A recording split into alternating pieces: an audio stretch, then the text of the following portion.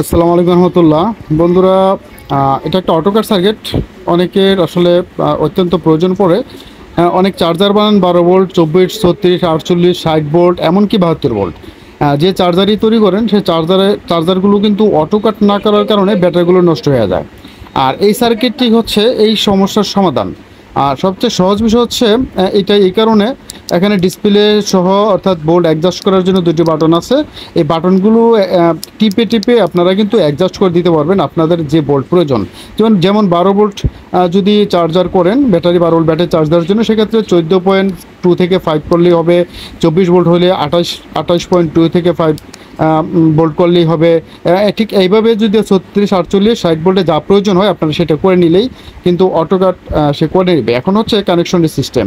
আপনার connection system হচ্ছে এখান থেকে ডাইরেক্ট সরাসরি এসিটা ইন করবেন, এসি ইন করবেন, আর এখান থেকে সেই এসি অর্থাৎ সেই কারেন্টটা আপনারা চার্জারে দিয়ে দেবেন।